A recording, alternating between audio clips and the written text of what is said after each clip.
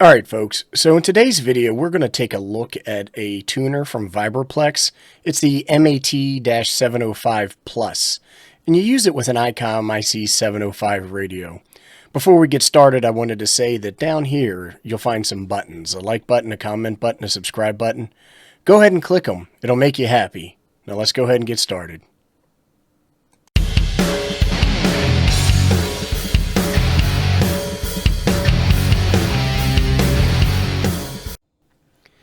So the tuner comes packed well in this cardboard box.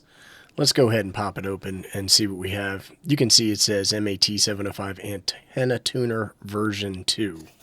And it has the URL where you can read more product information. Here it is in a nice plastic bag. It ships with an instruction pamphlet. I'm not going to call it a manual because it's only really one page. But we'll take a more in-depth look at this manual and see what it contains. And then the option I got came with the control cable, which looks to be a TRS socket, or plug I should say, on each end. And then it comes with a USB-C charging cable, and I'm really glad to see that this uses USB-C. I just wish the 705 used USB-C itself, so I had to carry one cable.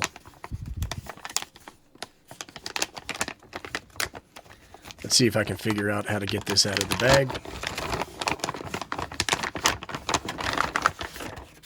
And there we go. So you can take a look at the front panel. There is an LED for power and charging, and there is one when the device is online and tuning, as well as a USB-C port. On the back you have the CON for your control cable, your antenna port, and then your RF in from the radio. It's small, it's lightweight, and it seems pretty cool. Alright folks, so it wouldn't be a SmokinApe video without a little bit of internet. Here is where I got the mAT-705Plus from DX Engineering, and I'll include a link below. You can see that this tuner was pricey. It wasn't cheap. When you take a look at it, it says it's for the ICOM IC-705 only. It has BNC female connectors, which you can see in the various pictures. And when I showed the tuner itself, it's from 1.8 to 54 megahertz. It includes a lithium-ion rechargeable battery, a USB charger cable, and a control cable. At the time of this recording, they are not shipping them until 1/29. And I ordered mine in the middle of December 2020, and I got it at the very beginning of January. If you take a look at it, there's some more description down here, and you can see some reviews. I'm not going to go through this. It'll be a link below if you wanted to see it. I did want to point out that there was the mAT-705, which came out before the 705 Plus. And you can see here, it's powered off of a 9-volt battery that you actually have to open the case up and replace. And when that happened, some of the lenses for the LED lights would pop out and go all over the place. And a lot of people were upset by that. Also, it was easy to use this power switch on here and leave it on and your battery would die, and then you'd have to replace it often. So I think based off of that customer feedback, Vibroplex, or whoever's making these tuners for Vibroplex, responded quickly, and they made some changes there. There seems to be some mixed opinions about this tuner, but I'm hoping that it works fine. Also linked will be the product page from Vibroplex, and here they say the new mAT-705 automatic tuner for the ICOM is offered in the US and Canada by Vibroplex. So I'm not 100% sure if they are the manufacturer of this or not. But there's some stuff here, and you can come and take a look at this. I'll provide the link below. You can also add different items to your order where you can get extra coaxial cable, extra controller cables, just different things that you may or may not need. I didn't need any of that, so I did not order it. And then here is a quick look at the user manual. Now this user manual is a pamphlet, and as a result it's a little bit difficult to read on the screen, but I did want to take a quick look at it with everybody.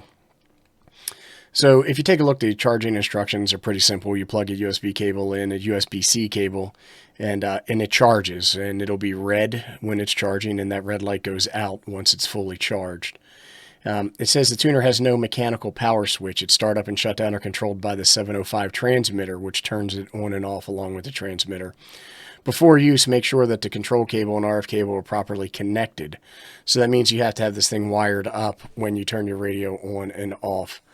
It also says right here, when the transmitter is operating on the 144 or 430 megahertz band, it is recommended that you remove the tuner. Otherwise, you may affect the impedance of your antenna system. And this is really where I'm going to start with my complaints. I don't have a whole lot of complaints, but this is going to be one of them. One of them is that, well, because I can't just unplug this, I have to power down the radio, disconnect everything, power the radio back up. Not the biggest deal in the world. I think I can live with that. But the other one is that the IC-705 only has one antenna port, and it would be nice if it had two, like the Yaesu 817 or the 818.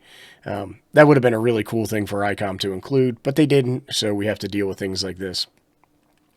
I wanted to show here, to start a tuning cycle, you can enter into the function menu of the transmitter, and you can go to the tuner icon, and it will be lit up, indicating that you have a tuner connected to your radio. It says, quickly touch the tuner to switch, and we got to scroll up here, the tuner to bypass. Touch for one more second, for more than a second, and then you can turn it to online. What's interesting is that I can put the device in bypass, but I still need to disconnect it for 2 meter and 70 centimeter. I guess it is what it is.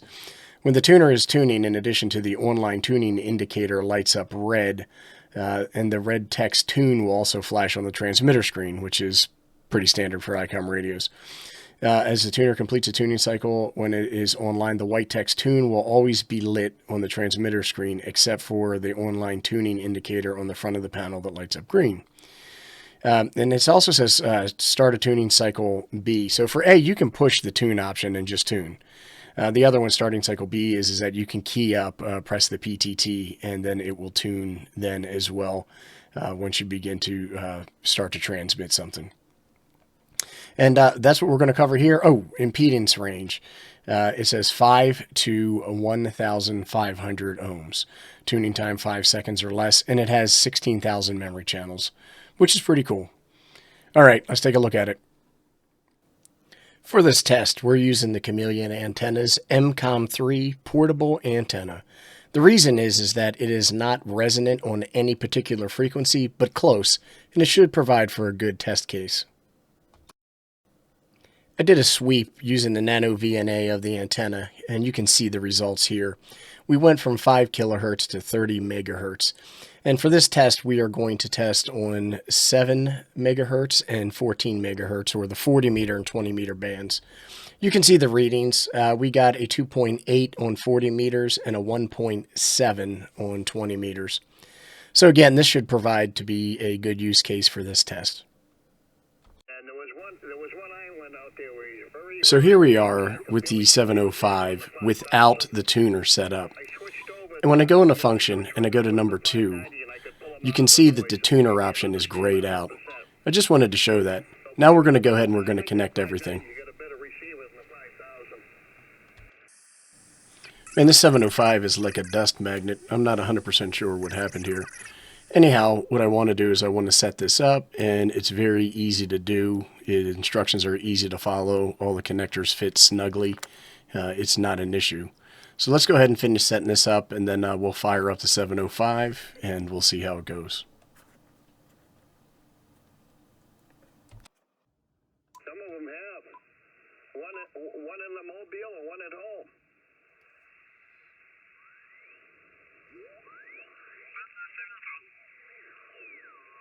I want to find an empty frequency before tuning up. It's a bad practice to tune up on top of somebody.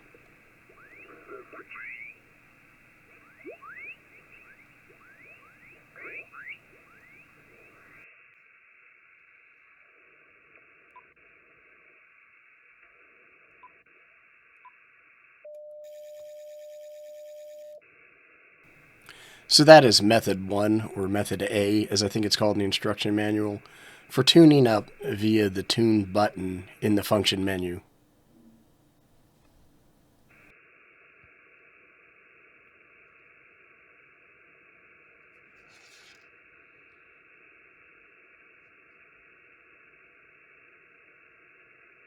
Is this frequency in use? Is this frequency in use? Here in the second meter from the bottom, you can see the SWR levels post-tune. Let's go ahead and jump down to 20 meters.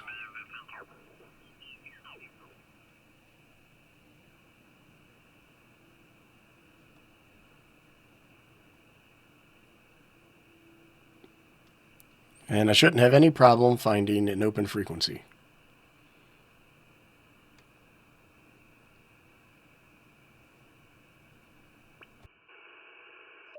Is this frequency in use? Is this frequency in use?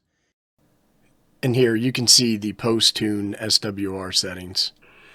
All in all, this seems to be a pretty functional tuner, and I'm happy that I bought it. Admittedly, it hasn't had a bunch of testing or field use, so I'm planning to use this more in the future. But again, I think it's a worthwhile product to take a look into. Is this frequency in use?